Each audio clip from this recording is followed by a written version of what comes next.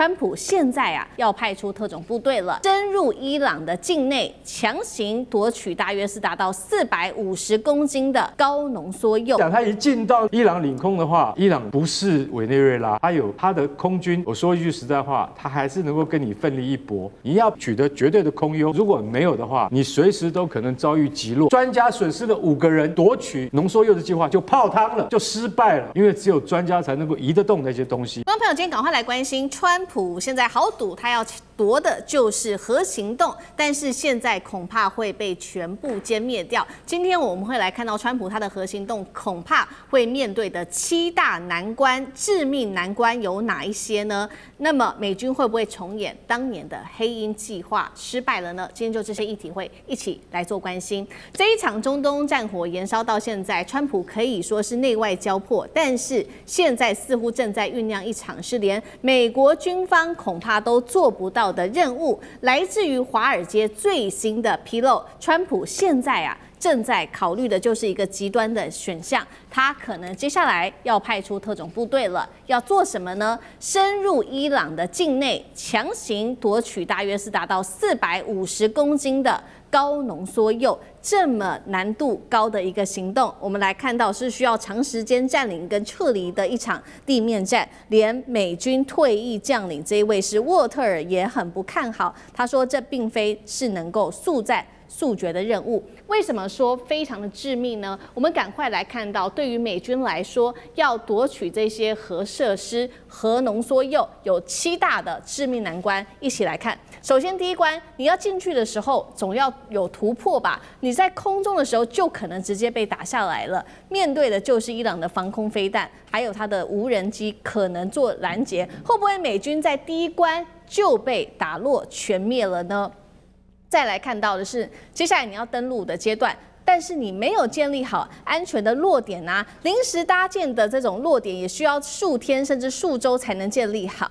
接下來第3關，你必須要進入到安全落點之後，佔領當地的戰場。但是呢，你成功降落之後，特種部隊你也要確保這周邊是安全的吧？因為你一旦到了地面，你要面對的就是來自於伊朗的正規軍、伊朗革命衛隊還有民兵的全力反擊，在這個階段就可能造成美軍非常嚴重的傷亡。緊接着來看到，就算你真的登陸了，但是接下來你要面對的是他們的地形裡面有許多的瓦礫跟陷阱的地域，濃縮鈾藏在這麼深的一個地底下跟廢墟當中，你要怎麼進行挖掘？還有你要怎麼進行排雷呢？再來就是說，好，你真的如果成功可以進行到這個瓦礫堆裡面去奪取它的核設施，或者是它的一些濃縮鈾，但是這個階段是你要怎麼處理這些核能呢？風險就是它擁有這些核設施的放射性物質，一般的士兵是無法去執行的，需要科研人員在戰場上，对他們來說，這個生存難度也太高了吧。好，再來就是，如果你真的奪取了這些核設施，但是你根本就搬不走因為達到了40到50個這一種特制的鋼瓶裝載着，還需要多輛的卡車，到底要怎麼樣搬走呢？最後，同時也是撤離階段了，同時是被視為最危險的時刻，整個部隊必須要再次的起飛。行動路線恐怕遭到伊朗給掌握，必須要避開來全面追擊，而起飛的階段就是最容易受到打擊而全部殲滅的階段了。所以節目一開始特別請教幹哥怎麼看了這個任務的難度到底有多高？美軍是否重演當年的黑鷹悲劇？對，這位美軍退役中將沃特爾講得非常好，他已經把7關會面臨的難題通通講得非常清楚了。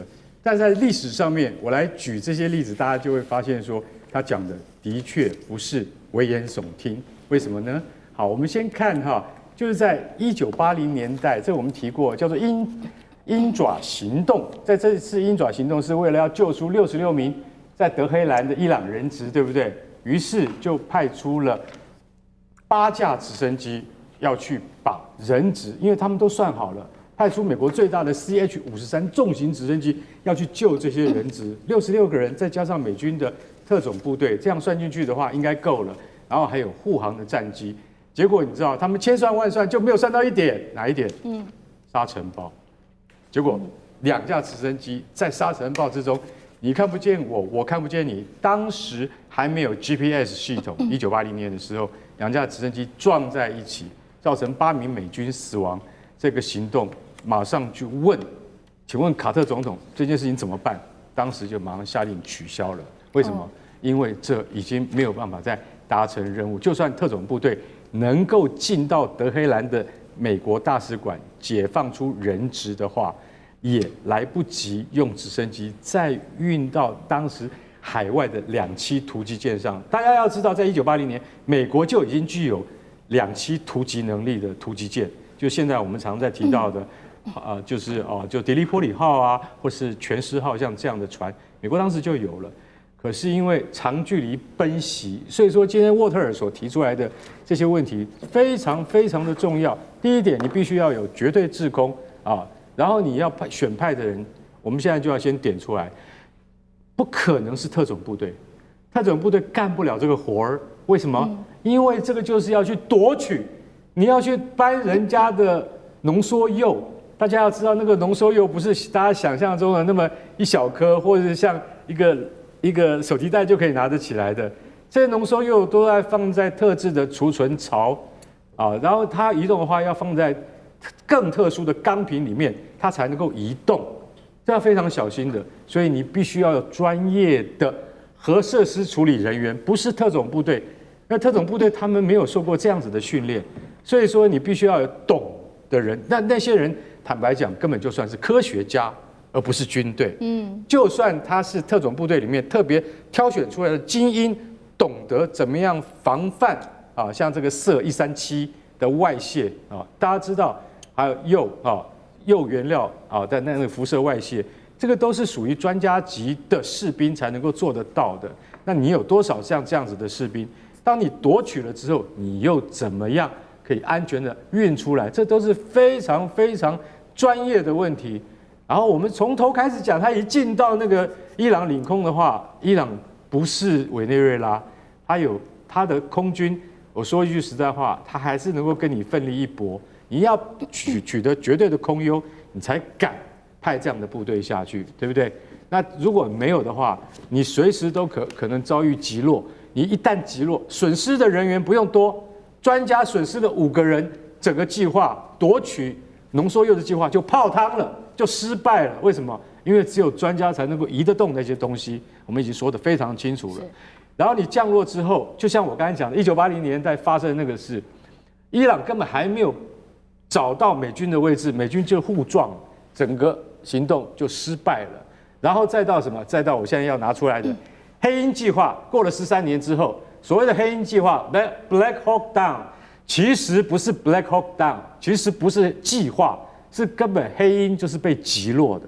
而且黑鷹被什麼東西擊落的？被索馬利亞的民兵用最原始的，什麼東西？火箭推進榴彈，還不是防空飛彈。那個火箭推進榴彈，那個是打坦克的。他結果你知道，士兵躺在地上，對着天空一打，這個 Black Hawk 黑鷹飛過去之後，竟然中了，而且他每次都瞄得很準，都中這裡，中什麼？中尾旋翼，一中尾旋翼，整架飛機就報銷了。所以在黑鷹墜落事件裡面，總共有3架黑鷹墜落了。所以當初只是要把穆罕默德這個種族清洗的大軍閥給抓起來，把他的議員跟內政部長通通抓起來，送到國際法庭去審判。結果你知道，變成一敗塗地的行動。然後克林頓灰頭土臉。當時還有一位美軍飛行員，就是這個 MH-60的飛行員，然後他被俘虜之後回來，遭受非常不名譽的待遇。為什麼？因為他等於是投降了啊。那在戰地裡面投降的話，那是不能見容於國內的輿情的。所以整件事情對美國的這個輿論影響非常的大。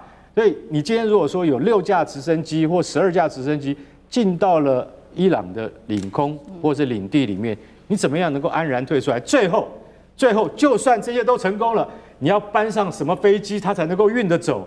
一定只有一種飛機，叫 C-17全球霸王運輸機。這種運輸機沒有足夠的跑道，你下不去的。所以你要有絕對的空優以及地上的優勢。我覺得可能川普大概異想天開啊，這個事情你如果說真的要做起來的話，那是世紀大行動，對伊朗這樣子有主權能力的國家而言，根本行不通。好，現在伊朗就是面對美國这個核行動。另外一場可能會進行的這個地面戰來勢洶洶，看來是硬碰硬了。因為伊朗他也最新放話了，接下來他說他要考慮退出核不擴散條約，意思就是會走向核武化嗎？我們現在看了一下伊朗手中大約呢，他這個走向完全核武化，距離這個目標到底有多遠？現在他手上有400公斤60%的濃縮鈾，200公斤20%的分裂材料，也就是說它可以快速提升到90%。這種武器的等級會不會在美國的硬逼之下，逼得伊朗現在乾脆全面擁核？那它最快可以多快造出核彈頭？上這個又怎麼看？是的，這次的中東戰爭核彈可以說是一個非常神秘跟曖昧的邊界。怎麼說呢？因為我們知道美國、以色列都有核彈哦，那伊朗到底有沒有核彈？其實這次最後就認為要打擊伊朗的核能力或核武器。所以，即使師出之名吧，或者以色列非常在意這一點，就是不要讓伊朗擁有，是開啟這場中東戰爭的最大關鍵了。好，話說這次如果後面打得不可開交，包括地面部隊或等等，美國會不會最終對伊朗丟一個小當量的核彈呢？或者以色列呢？現在以色列特拉維夫被炸到快要爛掉了，對，會不會呢？所以核彈這個邊界不只是它是一個這一次中東戰爭起始的問題，未來還是有可能會要面臨。當然，現在伊朗到底有沒有能力？特別是大家因為看到這次伊朗打美國打的真是下丟哈，所以會變成是說，萬一美軍失敗，這個很難想象的命題的話，那伊朗如果真的能夠自主，包括現在荷姆斯海峽有好多的戰略的自主，非常的鮮明。他們會不會很快就要做核武？我相信會的哦。如果只要伊朗這次能夠喘息下來，因為在這次如果伊朗已經擁有核武，難道會打嗎？所以現在如果伊朗有任何的機會，再加上全世界都知道，雖然沒有錯啦，伊朗在被制裁禁運的過程，現在在外界包括聯合國方面原子能總署部分在掌握伊朗的所謂的這個核武的能力的時候，大家有一些統計，有一些地點，有一些材料的最後的歸納，比如說現在在伊朗方面，它的孔達部這個地方就是重水的生產區，重水是生產後面生產這個核裂變的這個布，另外一個這個很重要的地方。另外，納坦茲都知道，它這個濃縮鈾裡面都在這裡，而且它裡面有1000多台離心機，繼續要把它的現在60%的這個濃度要繼續的提升。還有福爾多那邊也有燃料的濃縮廠。好。這是國外發現的，難道伊朗就只有這些嗎？對，其實外界其實都不知道。當然，現在這個60%距離大家公認的這個所謂的U235作為軍事用途的90%還有段距離。但是伊朗真的只有報60%嗎？所以伊朗真的是不是神秘兮兮，而是外界當中能掌握的情報有限。就像這次一打仗，到底伊朗的導彈能力能夠做到什麼樣的地步？不是只能打2000公里嗎？就告訴你4000公里也沒有問題。好，所以作為導彈我們現在看它的這個空氣力學跟整個彈道等等的，這個包括遙控的等等的，還有包括衛星的，這很難呢，好像比核彈頭還要難，所以核彈頭很難嗎？不點都不難，而且伊朗它的所謂的裂變的材料全部都有了。好，剛剛思敏問最快什麼時候可以做？現在國際都公認它幾個月都做得出來，材料全部都充足了。現在只是有一些忌憚，因為如果伊朗你真的有核武器了，這個東西被驗證的時候，大家真的打你了，甚至連中國、俄羅斯可能也都會忌憚你。對於伊朗的所有的國際戰略關係來說，所以伊朗這個曖昧不明。不是他曖昧不明，而是大家真的沒有真的掌握距離他真實的狀況，他能不能生產核彈？而這件事情不只是在先前打中東，是因為中東戰爭打伊朗是這件事情。未來伊朗如果持續還是往核能力武器的方向，在這次美軍如果真的失敗的情形之下，這個中東的波動、以色列的不安還是會持續下去的。對，好，所以我們現在看到伊朗在恐怕幾個月的時間就有能力可以做出武器級的這種核彈了。那麼，所以川普他堅持，他希望能夠打他的地面戰，但是呢，現在碰到的問題也蠻尷尬的，就是副總統范斯跟他是完全不同調的，還有他的盟友也跟他完全不同調。副總統范斯對外說呢，這個場戰爭即將要結束，而且是1年之內他不需要再出兵伊朗了，這是來自於副總統范斯的最新說法。另外就是盟友西班牙也出手了，宣布禁止美軍領空美軍飛越領空去攻擊伊朗，這一場殘局到底要怎麼收拾？大師怎麼看？對，現在因為川普事實上等於說深陷泥淖，那這些有關的可能去打哈爾克島啊，或者這個荷姆斯海峽附近的什麼幾個島嶼啊，還有就是就是說去把這個伊朗的濃縮鈾啊把它奪下啊，這些都是媒體在報道的。我想這都是川普可能他的軍事顧問提出了幾個可行的方案。如果要擴大的話，這幾個可能是比較好的切入點。可是都沒有說要全面就是說從陸上進攻伊朗，完全沒有這個計劃。那如果不用這種全面進攻你占領大批土地，或者甚至把德黑蘭打下來只要伊朗不投降，伊朗不棄甲役兵不怎麼樣，高層不逃亡的話，這樣戰爭就會打下去。那所以這個現在就在比耐力了。不過川普的問題比較多，因為川普他可能就是說，他除了這個軍力上沒有辦法達到目的，那國內的意見越來越多。美國上個禮拜已經有900萬人上街頭了。對，都針對川普的。對，這對他是很不利的。第二個就是說，這個能源危機的可能，全球性能源危機可能爆發。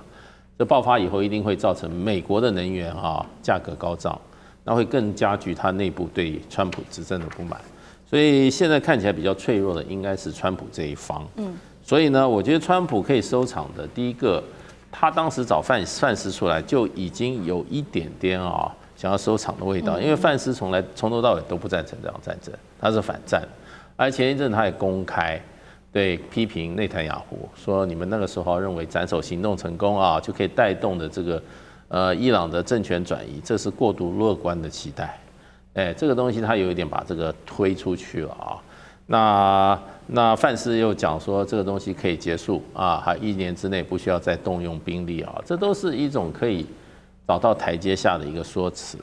所以現在還是看川普一念之間啦。那我覺得就是說，川普應該是一個很識時務的人，他會塔口，而且他又面臨自己給自己的一次挑戰，就是4月6號。因為他那個延長10天到4月6號就要面臨了，所以他必須要做出決定。是，那4月6號再延長一次的話，那就可以看出來川普不想打，不想打的話，那伊朗又不配合的話，那川普就要發揮他自己的創造力思考。宣布勝利以後退出。這場戰爭現在中國真的出手了嗎？我們今天要來看到的是伊朗他自己說的底氣來自於哪裡呢？就是來自於中國大陸跟俄羅斯的軍事合作了。等一下一起來關心俄羅斯跟中國大陸各提供了哪一些武器。現在根據了解，初步有包括了速35、北斗等等掀起全面反攻。今天會一起來做關心。好，川普一直在說呢，這個伊朗已經徹底被我們擊敗了，但是怎麼樣大家看？都覺得到現在伊朗都沒有任何投降跟停戰的可能性。主要伊朗的底氣來自於哪裡呢？其實許多的專家都在分析說，就是來自於中國大陸跟這個俄羅斯給予他的底氣。伊朗外長自己這樣說的，他說俄羅斯跟中國是伊朗的戰略的夥伴。那麼德黑蘭現在目前呢正在接受2個國家提供給我們的軍事的合作。那這當中我們特別來關心到中國提供了哪一些，那麼俄羅斯又提供了哪些呢？中國大陸的部分提供的就是北斗衛星，給予它更高的一個精度跟穩定度來做打擊，讓這個飛彈的攻擊可以更致命。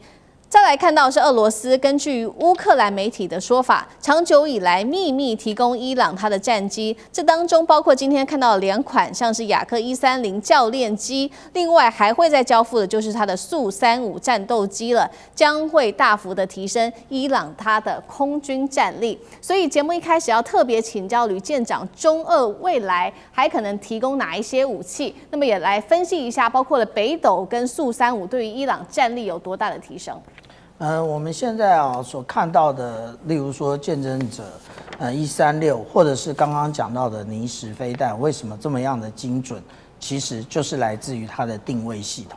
那它的定位系統呢？那當然它用的不會是 GPS， 因為美國它會適時的在交戰區把這一個一般民用的 GPS 的這一個馬它的誤差變得更大，那美軍自己使用軍馬，那它的這個誤差度大概也就是甚至在30公分到50公分這麼短的一個距離啊。那但是如果說我們來看看，如果是換成北斗嘞，我們現在可以看到，在各位觀眾左手邊的這個是 GPS 的星座，那在右手邊的這是北斗的星座，我們一眼啊就可以看得出來，其實北斗啊它的數量是比 GPS 來得多的，而且它的軌道有非常多的多樣性，也就是如果我們來看，GPS 的話，它都是在中軌道。那這中軌道呢，一般來講，也就是我們講到說，在這一個20200的这一個軌道上，這是 GPS 的軌道。那但是呢，同樣的北斗也有這個軌道，中軌道。那北斗用的是21500公里的軌道，其實是有一點差別的。但是它還有另外2種軌道，其實這2種軌道其實也就是我們一般所談到的，也就是同步軌道。同步軌道呢，其實一般來講，只要有3顆星、3顆衛星，就可以完全的包覆整個地球。那它為什麼需要這樣做？因為這樣做它可以提供的精度以及它的覆蓋率更為全面。那我們剛剛講到有關於 GPS， 它一共在軌的大部分是30顆星，可是一般來講，它可以提供訊號的約略在24顆左右。那以北斗來講，北斗其實就是完整我們剛剛講的35顆星，而且呢，其實北斗當初它的設計，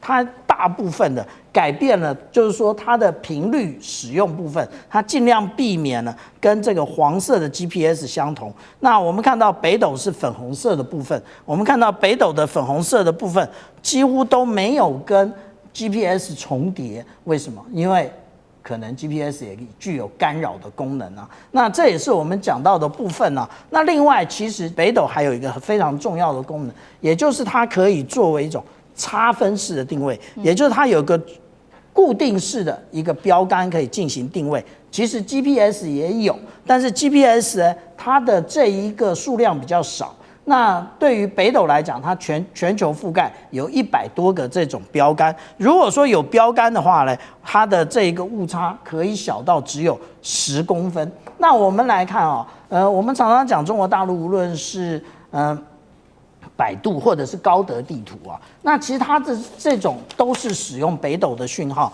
那我們就可以看得很清楚啊。例如說，以這個訊號而言，它其實還搭配了這一個也就是互聯網的部分，所以我們可以看得到，說如果使用高德地圖在中国大陸的話，它可以幫你倒數你的紅燈還有幾秒鐘，倒數3秒的時候，它也會告訴你準備啟動。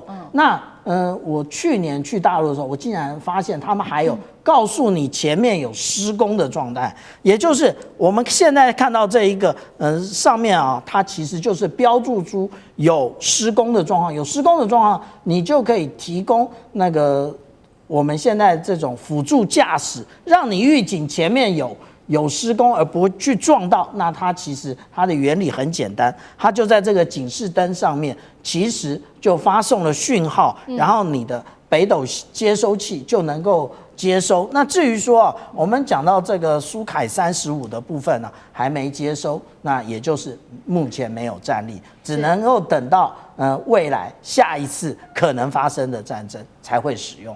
好，这個是伊朗接收到來自於中國大陸跟俄羅斯在軍事上面的援助哦，來自於媒體最新的消息。那另外一方面，現在呢，這個美國則是看在眼裡，他現在也開始調兵遣將到中東地區去了。首先派的就是2500人的一個本來駐派在沖繩的第31陸戰隊遠征隊，然後呢還有再派一艘是迪黎波里號它的2棲突擊艦前往中東，目標直指就是伊朗在荷姆茲布設的水雷跟奪島據點等等。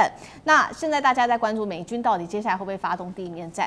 再來就是說，這一支陸戰遠征隊它是大有來頭的，被稱作是美國的911部隊，2001年曾經進入到阿富汗的最前線去打仗。那除此之外，美國還除了剛剛我們講的從日本調派兵力之外，還從南韓調回了包括它的這個薩德跟愛國者系統。前往中東去做支援。現在來自於《紐約時報》做的最新分析，他說呢，美國做這些動作代表的意思就是亞洲不是美國的最新的最優先戰場，這是第一個訊號。第二個訊號就是中國影響力提升。接下來會提升。第三個就是各國不能單靠美國的武器來做撐場了。所以先請教楊老師怎麼看這個部隊的意義？第31的陸戰隊遠征意義，美軍抽兵力從這個亞洲往中東，代表的意義又是什麼？他比較在意中東嗎？老師怎麼看？我個人覺得，現在美國、以色列跟伊朗打的這個戰爭啊，如果再持續下去，擴大甚至到地面戰，我覺得這就是美國的霸權帝國衰退的一個里程碑了。過去從阿富汗戰爭到伊拉克戰爭，我們就看到在中東地區，其實美國就不斷的在這邊被牽制，然後呢，搞得人仰馬翻，結果呢，沒有任何在這種帝國戰事上的成就。那相反的，它反而是展現了比較單邊的帝國主義式的這種入侵。這一次呢，其實從就是國際秩序而言，它的攻擊，一方面你都跟人家在日內瓦談得這麼清楚了，結果呢，馬上的進行斬首，所以也沒有當然任何的證據或者是聯合國的授權，所以我是覺得在它的軍事以外，我們先講哈，美國的領導在這一次顯現的太驕傲了，而且太自以為是，這就是霸權一個最嚴重的。第二個，他的國內是太分裂了，他的國會的投票完全按照政黨的這種對立來投票，啊，那我們知道期中選舉之後，這個可能會變。第三個呢，就是他的盟邦啊，現在完全都不跟他一起了。澳洲已經第一時間跳出來說不會派軍艦到荷姆茲海峽。那接下來這軍事呢，你的戰略目標不明，然後你的戰術又被動，你現在派任何的部隊，其實你再經過轟炸或者是地面的戰爭，以伊朗這種9100萬的人口、高原的地形，然後它可以破壞整個區域的這種石油設施，其實它就跟你基本上玩這種所謂的就是全這種所謂的這種零和遊戲。那美國自己本身大概玩不下去，所以他到一定的時间，他做這個停損點的時候呢，等你真的如果搞下去，你再做停損點，其實到後來損傷最大的是自己。還不能乾脆在這個3月底以前哦，趕快就是自己宣布勝利，停火、停戰，然後你去看伊朗怎麼辦？他會繼續打個3天5天，他也大概會停下來，那就進入到冷和的這種狀態。這是以前伊朗跟美國的、跟以色列的這種情況。那這樣子至少雙方都有機會去喘息，然後不會把事情惡化。美國不會在這個問題當中把自己的霸權的地位給賠進去，荷姆茲海峽慢慢的也可以恢復。是好，那另外一方面呢，其實我們也來看，那針對於未來有沒有有這個專家做了一個預言，就是美國的霸權是不是會在這一次的戰事上面崩解？那預言這一次的其實就是加拿大這個華裔學者，他叫做江學勤，他有這個江先知的稱號，尤其是在2024年的時候公開講座，精準的預言了幾件事情。首先，他預言說川普會在當選美國總統，副手會是范斯。他也預測了是說2025到2026川普將會對伊朗開戰，結果全部兌現之後。又有第三個預言，所以大家備受關注，就是因為他說了，美國會輸掉這場戰爭，石油美元體系崩塌，美國霸權會永久動搖，全球秩序會因此重塑。委員怎麼看？這些所有的預測當然是很有趣了哈。不過江學勤先生哈，他是那個耶魯大學還是牛津大學大學部畢業的，然後在北京大學的附屬中學裡面教書啊，他教的課就很有趣，他教歷史的啊。他本來是學英文，後來教歷史啊。那教歷史啊，他很喜歡用歷史來揣測未來。然後他的框架是誰呢？用誰的框架呢？他的框架不是他自己發明的，他的框架是波士頓大學教授，一個在美國非常有名的叫 Isaac Asimov 啊。他其實是一個科學家，他不是歷史學家，但他寫了很多這種歷史寓言小說，蠻有趣的，看過幾本，蠻有趣的哈。那他在這個江學勤在2024年5月29日的 YouTube 上面哈，發表了這個說他預測這個川普會當選美國總統，副手叫 J.D. Vance， 這個時間點應該不叫預測啦。哦，這個時間點，因為在3月份，川普已經被提名美國總統了，可是民主黨的人還沒出來，民主黨還在到底是要拜登呢，還是要誰啊？還在弄啊。民主黨到了8月才出來哈，然後在4月份哈，范斯就是在副總統名單的第1名。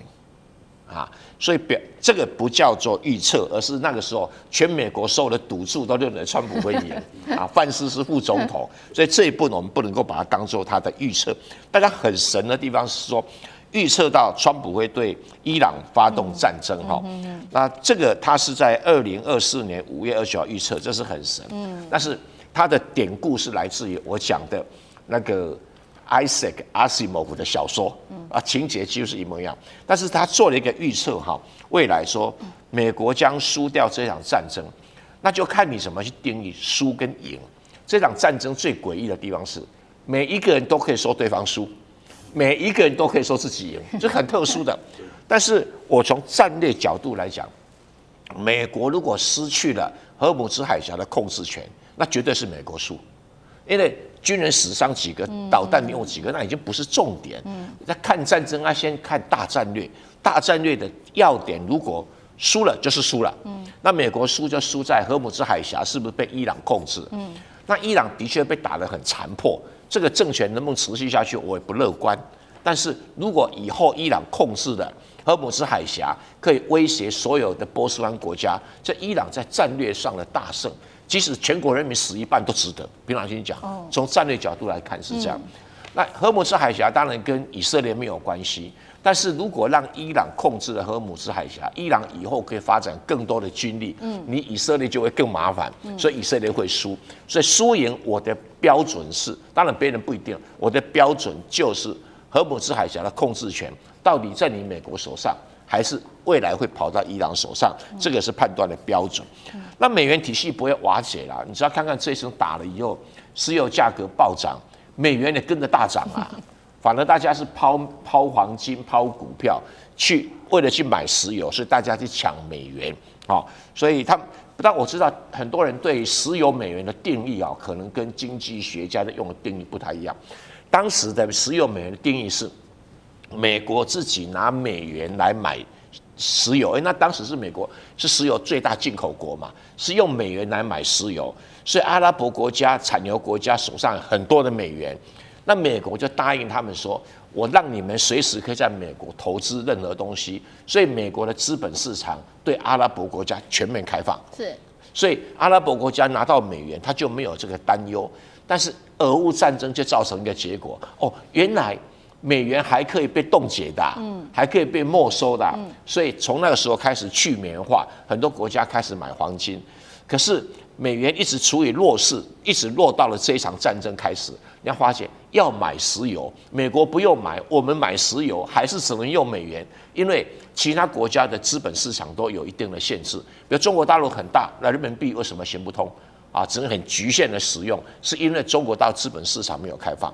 好，然後日本的資本市場相對美國資本市場又太小，那歐洲就更不用講了，那個歐元是蠻殘破的哈，特別是俄烏戰爭一打，所以全世界現在可以通行來買石油還是美元，所以美元現在已經漲破了指數100，它是3年來第一次啊，所以我不認為這個所謂石油美元體系瓦解，因為我不曉得它所謂的瓦解的定義是什麼，這個可能會含含糊糊解釋了哈。但是美國霸權永遠崩潰，永久崩潰哈。霸權永久崩潰的焦點就是我講了，它必須3大戰略控制點失掉至少一個，荷姆斯海峽、馬六甲海峽跟巴拿馬運河。那如果未來3個還在它控制底下，那你說霸權會結束，可能還早。今天中東情勢，我們要來趕快關心到的是，美軍現在號稱他們絕對是勝券在握了，但是被發現現在防空系統告急之外，庫德民兵真的能夠對抗伊朗的這個伊斯蘭革命衛隊嗎？伊朗的部分，他現在也攻擊了土耳其，要挑戰北約的勢力。那麼，美國跟以色列聯手炸伊朗的飛彈口，能夠斷絕伊朗的後路嗎？今天就這些議題，我們會特別來做關心。3個火線話題，今天我們會請來賓來特別幫我們做解答的。真的嗎？如剛剛我們所提到的，美軍是勝券在握嗎？現在比較挑戰的是它的防空導彈。根据了解，是不是已經告急了？數千名的庫德族民兵能夠打敗伊斯蘭革命衛隊嗎？這一場戰爭到底會拖多久呢？再來就是現在呢，整個伊朗已經攻擊到土耳其了，北約國家現在都非常的緊張。到底要不要啟動自己的安全承諾呢？這個是打臉了川普，他說已經摧毀了伊朗的飛彈戰力嗎？最後今天也會來關心到的是，那美國跟以色列現在祭出了各種方法，要炸毀伊朗的飛彈發射口，但是能夠徹底阻止伊朗的攻擊嗎？今天我們都會做詳細的一個分析。好，美國總統3月5號這一天特別信心的表示，這一次美伊戰爭的軍事行動進度是超前的，伊朗海軍3天內已經損失了24艘的艦艇，來自於川普的最新說法，並且他呼籲伊斯蘭革命衛隊放下武器吧，接受豁免，否則必死無疑。接在川普後面的就是美軍中央司令部的司令古博了，他特別提到伊朗的戰力正在大幅的衰落當中。他說，伊朗的彈道飛彈攻擊減少了90%，無人機的攻擊更是減少了83%左右。但是在這些話說完之後，我們也要特別來看到 Politico 這邊做的報道。他說呢，事實上，美國正在要求自己的國防部趕快加派軍事情報官進駐，因為他們覺得這一場戰爭並不如川普這樣說的可以這麼快的解決，甚至他們預估這場戰爭會打到9月份了。另外一個比較打臉的消息是來自於《金融時報》，揭露了一個美軍不敢公開的一個機密。特別來看到這個報道，特別提到了防空攔截在美軍的部分的彈藥庫已經到了危險的一個邊緣了。特別我們也整理出了幾個美軍很重要的系統，包括了薩德跟愛國者。來自於香港01的報道。薩德系統總數已經不到了650枚，一次援引就會全部被打光150枚。愛國者飛彈系統同樣的，現在也是非常的吃緊的。首爾最新今天新聞的一個消息說，美軍正在商談要調動駐韓的武器了，包括愛國者飛彈到中東地區，這都是最新的消息。另外一頭，我們今天也會來關心到的是庫德族的部分，已經移師準備好待命了，在1周到10天之內就會來施行跨境作戰。所以節目一開始，我們要特別來關心了。根據川普的說法，是美軍已經勝券在握了，但是又有另外一個報道說，這場戰爭會是消耗戰，拖到9月份甚至更久嗎？千名的庫德族民兵現在對上伊朗的伊斯蘭革命衛隊，因為現在看起來，美國是不是不會出動他的地面部隊呢？那麼這樣子的能夠打敗伊斯蘭革命衛隊嗎？川普會不會讓自己陷入在長期的泥淖當中呢？我們請將軍帶我們分析。孫子兵法有一句話哈，勝兵先勝而後求戰，敗兵先戰而後求勝。川普孫子這句話意思就是說，你打仗之前要做好各項的作戰準備，那你再開始去開戰，這樣你才有勝算哈。如果說是你一開始只是想先打這場仗，打完開戰之後，你在一邊打一邊在想說，我什麼地方沒有做到，什麼地方還要再加強。不斷的去補哈，這叫敗兵。就先戰以後，我才想辦法去求勝。但這場仗也是注定失敗的哈。那我們一驗證孫子在兵法裡面講的這句話，不就是美軍現在所面臨的一個情形嗎？他一開始哈，這個認為他以海空軍的力量就足以威懾讓伊朗能夠這個屈服，但是沒想到開戰之後，他發現光靠海空軍的力量不夠啊，所以說必須要動用地面部隊。那開始的時候，他原來川普一開始講說4天，他想速戰速決，他認為他集結的兵力海空軍力量已經夠了，但是發現打了以後發現不夠哈，這個改成4周，現在甚至於說要打到9個月，這就是說一邊打一邊在做修正。那現在更扯的是要叫這個庫德族的民兵哈從北邊那邊來攻打伊朗。那我解釋一下，庫庫德族，中東地區總共有5大民族哈，只有庫德族這個民族是一個很悲情的民族了，因為只有他沒有自己的國家哈。我們不管看到波斯他自己有這個伊朗國哈，這個甚至於猶太都有以色列，這個阿拉伯民族有阿拉伯這幾個國家，那唯一遺憾的就是庫德族，他雖然說在這個地方有領土，有在這邊生存，但是他因為不是一個國家，就變成一個游牧民族。那當然被幾個國家欺負，尤其是包括土耳其啦或者是敘利亞啦，大家都在打他。那美國一直利用庫德族來幫他打仗。之前我們講說這個 ISIS， 他就是用庫德族去打的。那打完之後，事實上他就棄之不顧了，也沒有照顧人家庫德族。所以我覺得這次庫德族還願不願意再幫美軍打仗，這是很大一個問題。那為什麼要用庫德族去打這個伊朗呢？因為我們都知道伊朗它是什葉派。那庫德族他們是遜尼派的，所以他認為說可以借着這個宗教上面的這種矛盾可以挑撥利用庫德族來打伊朗，這是美國自己打的如意算盤。但是我們看現在證明幾件事情。第一個，川普我想說他會想要動用庫德族，證明一件事情，證明就是說你光靠海空軍的力量是不足以這個屈服這個伊朗這個國家的，必須之後再怎麼樣你都要動用地面部隊，才有可能結束這場戰爭，這是第一個證明。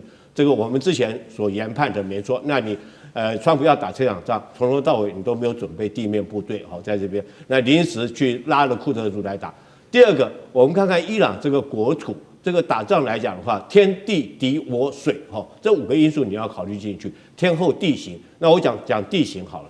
地形來講的話，伊朗之所以數千年以來沒有被其他國家没有被其他民族所消滅過，就是因為它的地形非常複雜，它四周環山都是山脈，然後國土縱深非常的深遠，你靠地面部隊要入侵不是這麼容易。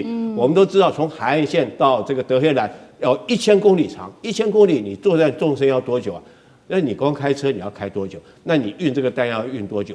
如果說你只靠這個庫德族民兵的力量來講的話，它畢竟只是一支游擊隊，它沒有持續的戰力你後續來講，後勤補給、彈藥、糧秣等等來講的話，他如果說就算庫德族從北邊那邊入侵，他打到德黑蘭，我覺得他力量是不夠的。那第三個，我們看這庫德族現在你能夠動員的兵力也不過是數千人而已。那數千人大概就是一個團的兵力，一個旅的兵力，不到一個師的兵力。大家要曉得伊朗來講，他雖然海空軍現在長期被美國所制裁。所以他海空軍是很弱的，他幾乎沒有什麼海空軍所以一開始這個川普講說，海軍已經徹底被打趴了，空軍也沒什麼制空。可是不要忽略了，伊朗來講的話，他的陸軍作戰力量還是非常具有實戰力，尤其是他的革命衛隊這是很有堅強的地面作戰部隊。所以庫德族就算是你動用庫德族，那能不能夠擊敗這個伊朗的地面部隊？我覺得這存在很大的疑問。所以我們看出來，川普來講的話，他這場戰爭他已經是一邊打，他一邊想辦法還要求勝，那已經注定所謂的敗兵先戰，然後再去求勝。好，所以我們看到整體美軍現在戰力的部分，在海空上面補給發生了很大的一個空缺的問題，這是來自於美方自己的媒體自己證實的消息。那兵力的部分呢，現在同樣是面臨很大的不足尤其現在光靠庫德族是相當不足夠的。包括了伊朗现在都看在眼裡持續的擴大他对於其他國家的攻擊，現在呢已經打到了，在這幾天打到了北約的成員國土耳其去了，當地的這個應急立刻空軍基地發射飛彈，這邊駐有大量的美軍。雖然說這個飛彈後來是被攔截下來了，但是北約的國家現在其實都非常的緊張。北約國家現在已經在討論了，大家是不是應該要在這個時候啟動共同防禦條約呢？在內部已經掀起了非常多的討論。那麼美國跟以色列現在另外一方面則是派出他們的這個偵察機在某些已知道的這個伊朗地下飛彈城的上空做盤旋，如果有發現什麼任何的活動，會立刻派他們的戰機跟武裝無人機來針對發射口進行攻擊。這個伊朗手上還有哪一些長程的飛彈呢？如果只是打這個發射口，打不到飛彈城的本體，真的能夠摧毀伊朗的戰力嗎？張將軍又怎麼看？因為這個伊朗算是被動反擊。因為都是美國跟以色列先去炸伊朗，伊朗他針對這11個國家啊，包含土耳其、亞塞拜然，還包括整個中東區11個國家實施飛彈反擊，它是反擊、自衛反擊、被動反擊，而且它針對的是美軍的基地，他不是說要打土耳其、要打亞塞拜然，不是，是打他的美軍的基地。美軍在那邊，我不打你，你戰機起飛，你的飛彈這個來實施做對伊朗實施攻擊，那我就他們只能乾瞪眼了。當然，這個飛彈或者是無人機過去的，可能有中途被攔截，打掉之後，它剛好掉到土耳其境內了，那可能炸死了這些土耳其的老百姓呢，亞塞拜然老百姓了。那不管還包括約旦、沙烏地阿拉伯、阿聯酋、巴林、卡達、科威特、伊拉克多了，敘利亞等等太多了。那這樣子的話，那你要怎麼去算？那今天伊朗它只是一個自衛反擊嘛，因為它被打了嘛，是這個狀況。那現在伊朗最多的它飞彈主力是流星3號，流星3號可以打到1300公里。你看看，你这把你一畫，包含以色列啊，包含土耳其都畫到了，亞塞拜然都畫進去了。你看可以畫那個半徑圖，1300公里一畫進去，那它又是慣性導航，再加上可能它可以有利用美國那個不是美國的 GPS， 而是中國大陸的北斗。那叫定位又比較精準。那當然，美國或以色列它會發射大量的愛國者3薩德系統、反導系統就出來了。但是我們知道反導系統畢竟貴，你每一枚大概400萬美金，就是1億多台幣啊，非常的貴啊。那你一次又不是1枚來攔截，你打2枚到3枚啊，來攔截這個彈道飛彈流星3號，那是不是就會變成4倍公辦？對美國來說。反正伊朗就繼續打，伊朗到現在目前為止已經打了500多枚的地對地的導彈，已經使用了2000多架的無人機，已經用到目前。那它還有沒有庫存？我認為有，但是在山洞裡面啊，美國去炸山洞口？問題是山洞口好幾個山洞口每一個基地都好幾個，它不是就一個炸完就沒有，旁邊有南洞口、北洞口，還有備用洞口。是，那你能夠通通把它炸完嗎？所以防不上，因為伊朗它是盆地。高原還有山脈，它地形的善用地形，它直接挖就可以，它又不是像烏克蘭這一眼平川大黑土地帶，不是因為伊朗跟北邊的阿富汗還有東邊的巴基斯坦，他們是地形都是山脈高原，這不一樣。那山脈高原我直接打進去就是山洞了，那你怎麼炸？美國用碉堡克星，美國用鑽地炸彈去炸，但是問題是你的厚度是有限的啊，我在下面你怎麼炸？你只能炸洞口。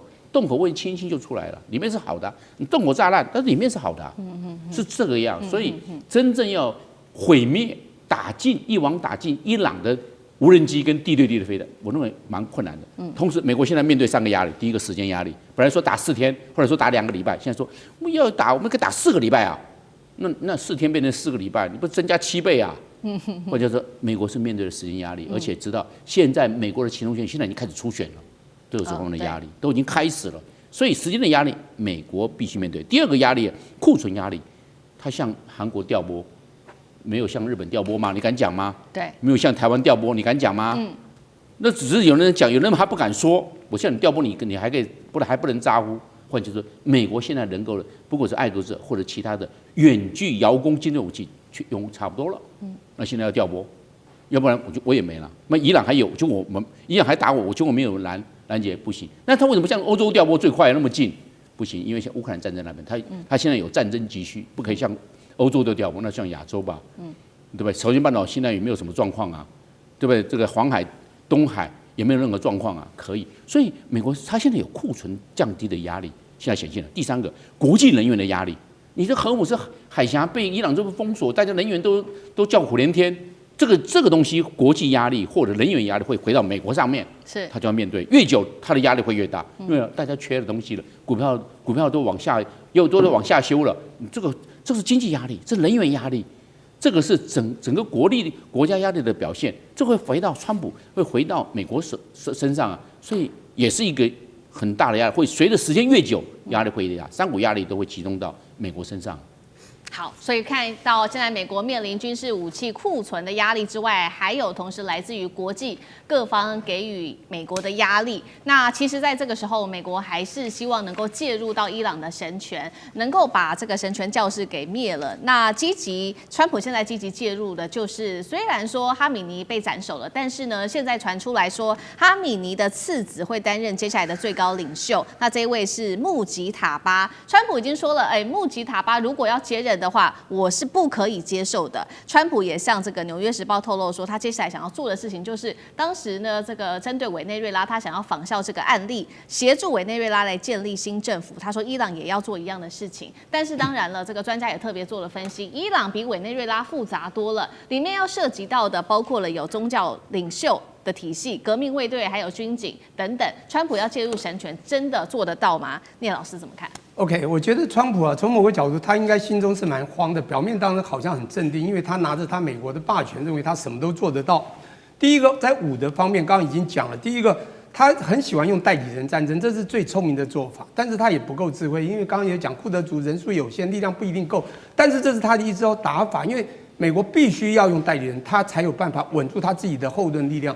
第二個呢，剛剛武器的短板也非常明顯。他為什麼到韓國去調？他自己實力不夠嗎？他不是很厲害嗎？一下就可以幾秒鐘或幾天就可以把對方這個折服，不是這樣嗎？你發現他武器短板到達什麼地步？到達他一下子650顆薩德飛彈，一下子用掉150，他不知道未來如果還有別的國家要跟他敵對，他怎麼去敵對？當然，我講一個他最大的敵手，他將來會出很大的問題。第二個呢是文的部分，你知道嗎？他原來這個信誓旦旦的認為說啊，我哈米尼，我把他這個解決掉之後呢，很快我可以搜索追蹤他所有的接班領導人，也可以把他馬上幹掉。結果呢，他也很高興的說，你看這些接班全部都被我們解決了。結果沒有想到，其實啊，伊朗真的跟委內瑞拉是完全不一樣，他完全忽略，也就是智慧真的是不夠，只是聰明有餘啊。達到了什麼地步？就是因為它的複雜性是這樣子哈。第一個，在它的這個在革命衛隊這個真正的神權體制裡面呢，實際上它的每一個忠心的這個神權的人都是非常忠心的。當你打掉了部分人，其實每一個都有可能去接班，而且他們會同仇敵愾。這個同仇敵愾還不止如此。如果川普呢不接受他的兒子啊，剛講這個所謂的穆吉塔巴，這是他的次子嘛，當然這個長子還有他的一些女兒也同時遭殃。但重點是，他來接手，他當然不會接受，因為他一樣會有非常大的一種對美國這個非常痛恨的心。但重點來了，他即便想要去找過去反對這個神權制度這些這個所謂的這些這個接班人，但重點來了，其實你會發現他們的複雜性是這樣的，即便是反對這個神權制度的這些人，他們也非常強烈的民族主義，因為啊。這個伊朗這個國家，其實大家要了解它的歷史，在西元前550年到西元前330年，它叫波斯大帝國啊。這個帝國跨歐亞非大地啊，就居魯士把這個國家弄得多強。從那時候開始，他們是有歷史背景的。波斯這個帝國呢，讓他們非常民族自信。其實這些反對是因為伊朗它的整個宗教的文化，讓他們非常的壓抑，也就比較保守。這些比較親西方勢力、想要西方化的人，是希望他們的生活好、經濟好。比較有自由派，他們反的是神權制度，但是不是反神權，因為神權主義是夾雜了他們非常複雜的民族主義。即便是反對的人，他也不會完全支持說，你今天來幫我推翻我的爸爸，叫我爸爸下台，我要接掌爸爸的事業。結果你不要把我爸爸殺掉了。現在美國是把他爸爸都殺掉，現在連下面反對黨的很多都改變了，說美國竟然來打我們、殺我們自己的人，他們也跟着現在神權這個制度派的人一起，即便他不贊成最原始的這些人，但是他也反對了美國。